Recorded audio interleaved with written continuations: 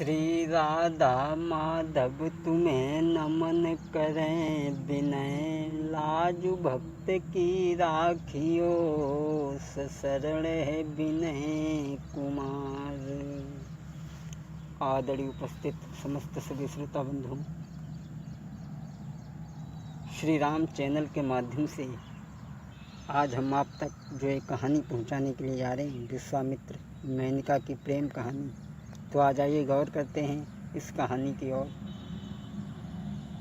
एक बार ऋषि विश्वामित्र जंगल में तपस्या कर रहे हैं। उनके पास बहुत से पशु पक्षी घूम रहे हैं, सुंदर झील है, फुलवारियां हैं, और किसी में भी इतना साहस नहीं था जो उनकी तपस्या को डिगा देता। उनका शरीर तपस्या में लीन था। जब बरसें सी बीत गईं, अरे बरसें सी बीत गई है नाई समाधि टूटी भाई, बरसें सी दई बिताई रे ना समाधि टूटी भाई। महाराज दशा जब देखी इंद्र ने, और देखी दशा बाबा की फिर इंद्र गो घबराई। जब ये राबत को सजबाई तुरत फौरन बा पहुँचो है, जब ही ये राबत सजबाई तुरत बा फौरन पहुँचो है। जब बरसें सी बीत गई तो किसी ने जाकर के इंद्रलोक में इंद्र को सारी कहानी कह सुनाई। इंद्र ऐरावत पे सवार होकर के आया, देखा कि वो तपस्या में लीन है। इंद्र मन में विचार करने लगा, अगर इन्होंने तपस्या कर ली तो ये हमारे राज्य चला जाएगा और ये देवताओं के राजा बन जाएंगे। लेकिन वो उन्हें राज्य से मतलब नहीं था, वो केवल नए संसार की रचना करना चाहते थे। इंद्र अपने दरबार में गया, विचार करने लगा क्या करें। अप्सरा मेनका जो थी उसे पास में बुलाया। वो काफ़ी सुंदर थी, वाणी की भी मधुर थी। उसे पास में बुलाया। इंद्र ने कहा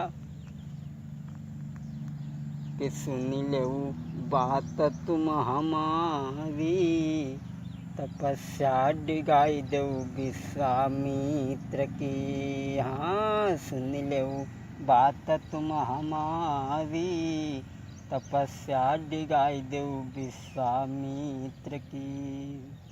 इतनो करी के काम पास मेरे लौट के तुम आइयो, दिए तुम्हें धन माल बहुत हम करके काम को आइयो। मानो बात तुम हमारी, जाई के डिगाई दो विश्वामित्र को। अप्सरा मेनका से कहा कि जाकर के तुम उनकी तपस्या को डिगा दो। आज अप्सरा मेनका चली, एक स्त्री का रूप बनाया और सारे गुण उसमें स्त्री वाले मौजूद थे। जाकर के विश्वामित्र जहाँ समाधि लगाए बैठे वहाँ पहुँची, अपनी कला दिखाने लगी। लेकिन विश्वामित्र पे कोई फर्क नहीं पड़ा, वो जैसे बैठे थे वैसे ही बैठे रहे। काफ़ी दिन तक कोशिश करती रही, लेकिन धीरे धीरे उनका शरीर काममंद होने लगा। धीरे धीरे एक दिन वो भी आया जब उनकी समाधि टूट गई, और अप्सरा मेनका को जब देखा तो उसके रूप में मोहित हो गए और उसके साथ में काफ़ी समय तक सहवास किया। जंगल में कुछ समय बीत जाने के बाद में अप्सरा मेनका ने एक सुंदर बिटिया जाई है, बको रूप न बरनो जाओ है। एक अरे सुंदर बिटिया जाई है, योरु रहो बिनय बतलाई है। एक अति खुशी मत ने मानी है, बेटी देखी खुशी दिल बारी है। कुछ समय बीत जाने के बाद में एक कन्या को जन्म दिया। और धीरे धीरे सोच रही हैं कि हाँ, जो और अप्सराएं हैं वो आनंद ले रही होंगी और मैं यहाँ। लेकिन उस लड़की को जन्म देने के बाद में एक दिन अप्सरा मेनका इंद्रलोक लौट गई। फिर वो दोबारा विश्वामित्र को न मिली। विश्वामित्र ने उस लड़की को ले जा कर के कण्व ऋषि के आश्रम पर रात के अंधेरे में छोड़ दिया।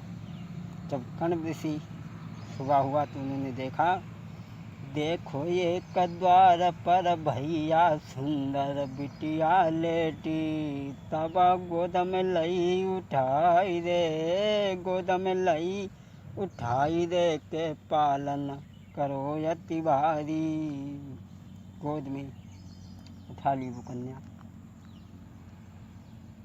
और उस कन्या को पालते रहे, जिसका नाम जब सयानी हुई तो उसका नाम शकुंतला रखा गया। उसका विवाह दुष्यंत के साथ में हुआ था, जो हस्तिनापुर के थे। क्षमा करें, यहाँ से हम आगे की कहानी भाग 2 में आप तक पहुँचाएंगे। शकुंतला और दुष्यंत का विवाह अति संक्षेप में हमने आपको ये कहानी सुनाई है। अगर कोई गलती हो तो माफ़ करें। सीताराम सीताराम सीताराम कहिए, जाई विधि राखे राम, ताई विधि रहिए। सीताराम सीताराम सीताराम कहिए, जाई विधि राखे राम, ताई विधि रहिए। विधि का विधान जानियान लाभ सहिए, सिजाई विधि राखे राम, ताई विधि रहिए। सीताराम सीताराम सीताराम तो भोले गोविंद भगवान की। अब